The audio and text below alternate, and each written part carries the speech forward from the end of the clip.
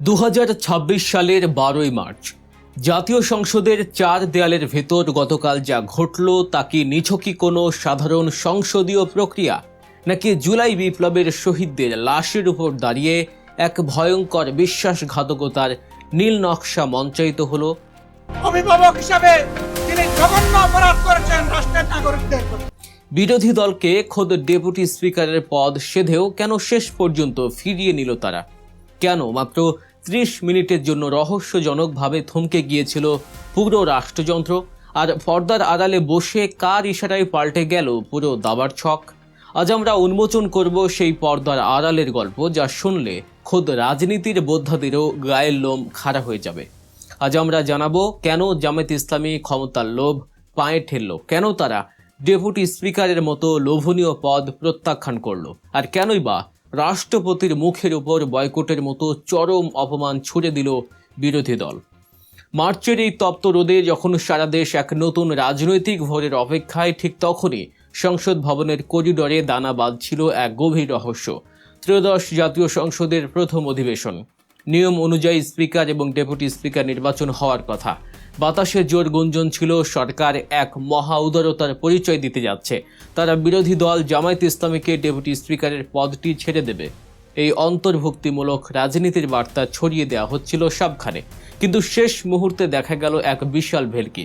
খোদ সরকারি দলের ব্যারিস্টার কায়সার কামালকে ডেপুটি স্পিকার হিসেবে মনোনীত করা হলো। সরকারের পক্ষ থেকে বলা হলো বিরোধী দল নাকি কোনো নামই প্রস্তাব করেনি, কিন্তু এই নাম প্রস্তাব না করার পেছনে যে এক হিমশীতল সত্য লুকিয়ে আছে তা কি আপনারা জানেন?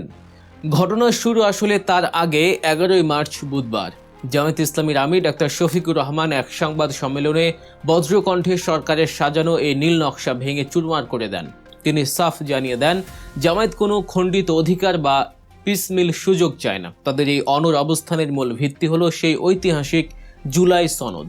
ছাত্র জনতা রক্তের উপর দাঁড়িয়ে লেখা এই সনদে স্পষ্ট বলা ছিল ডেপুটি স্পিকারের পদটি হবে বিরোধী দলের অধিকার। কিন্তু জামায়াতের অভিযোগ, সরকার এই সনদের পূর্ণাঙ্গ বাস্তবায়ন না করে কেবল একটি পদের টোপ দিয়ে তাদের মুখ বন্ধ করতে চেয়েছে।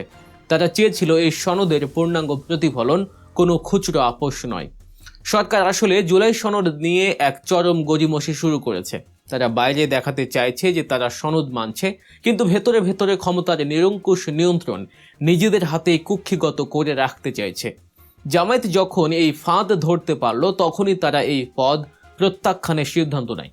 এটি শুধু একটি পদ ফিরিয়ে দেয়া ছিল না, এটি ছিল এক ভয়ঙ্কর রাজনৈতিক প্রতিবাদ। কিন্তু সরকার কেন এমন ঝুঁকি নিল? এর পেছনে রয়েছে এক গভীর ভূ রাজনৈতিক সমীকরণ। আন্তর্জাতিক মহলে, বিশেষ করে পশ্চিমা শক্তিগুলোর কাছে সরকার প্রমাণ করতে চায় যে তারা একাই রাষ্ট্র পরিচালনায় সক্ষম এবং তারা কোনো ধর্মভিত্তিক ডানপন্থার উপর নির্ভরশীল নয়।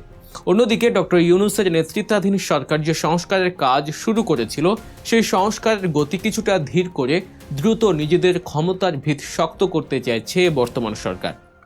রাজনীতির এই অন্ধকার গলি খুঁজির আরও গভীরে প্রবেশের আগে এবং সেই রহস্যময় 30 মিনিটের পেছনের সত্য জানার আগে একটি কথা। পর্দার আড়ালের এমন সব রক্তহীন করা সত্য ও রাজনৈতিক বিশ্লেষণ সবার আগে পেতে এখনই গল্প নিউজ চ্যানেলটি সাবস্ক্রাইব করুন। আপনাদের সমর্থনই আমাদের এই সত্য উন্মোচনের লড়াইয়ের সাহস যোগায়। এবার আসা যাক সেই রহস্যময় 30 মিনিটের কথায়।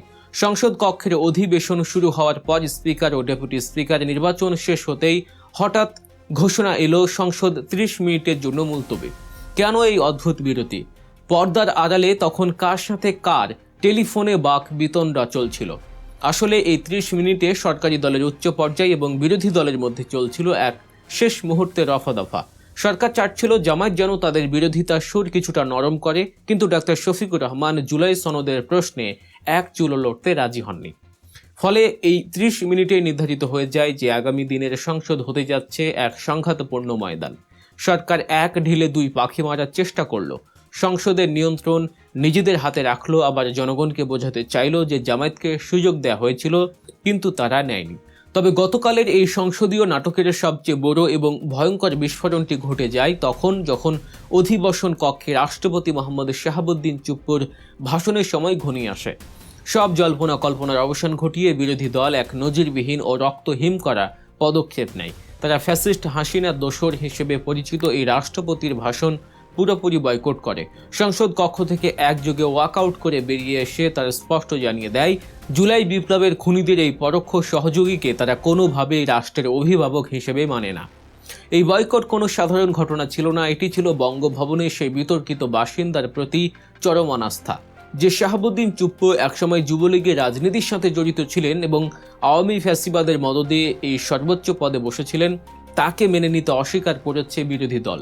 জুলাই গণহত্যার সেই ভয়ঙ্কর দিনগুলোতে যখন রাজপথ ছাত্র জনতা রক্তে ভাসছিল, তখন এই রাষ্ট্রপতি খুনিদের হাত থেকে মজলুমদের বাঁচাতে কোনো ব্যবস্থাই নেননি।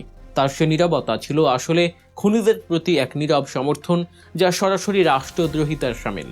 শুধু তাই নয়, বিদেশি পাসপোর্ট গ্রহণ এবং অর্থ পাচারের মতো গুরুতর অভিযুক্ত একজন ব্যক্তির এই পদে থাকার কোনো নৈতিক অধিকারই আর অবশিষ্ট নেই। গতকাল খোদ জাতীয় সংসদে তাকে বয়কটের মাধ্যমে ইমপিচমেন্ট বা অভিশংসনের দাবি আরও জোরালো হলো। প্রশ্ন হচ্ছে, এই বয়কটের পর বঙ্গভবনের সেই মাস্টার মাইন্ড কি স্বেচ্ছায় বিদায় নেবেন, নাকি ইতিহাসের এক নির্মম পরিণতির মুখোমুখি হবেন? গতকালকের এই ঘটনাগুলো বাংলাদেশের রাজনীতির জন্য এক অশনি সংকেত। জামায়াতের এই আত্মত্যাগ এবং ক্ষমতার লোভ প্রত্যাখ্যান করা প্রমাণ করে যে তারা রাজপথের শক্তির সাথে কোনো আপোষ করবে না। তারা যদি সরকারের প্রতিটি পদক্ষেপে জুলাই সনদ বাস্তবায়নের দাবিতে অনড় থাকে, তবে আগামী দিনগুলোতে বর্তমান সরকারকে এক মহা অগ্নি পরীক্ষার মধ্য দিয়ে যেতে হবে। নির্বাচন ব্যবস্থার স্বচ্ছতা, বিচার বিভাগের সংস্কার এবং জুলাই বিপ্লবের শিকার পরিবারগুলোর পূর্ণাঙ্গ পুনর্বাসন, এই প্রতিটি ইস্যুতে সরকারকে এখন কাঠ গড়ায় দাঁড়াতে হবে।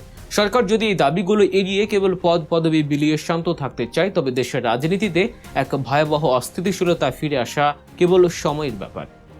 তারিখটা মনে রাখবেন, 12ই মার্চ। এই দিনটি হয়তো আগামী দিনের রাজনীতির গতিপথ নিয়ন্ত্রণ করে দিল।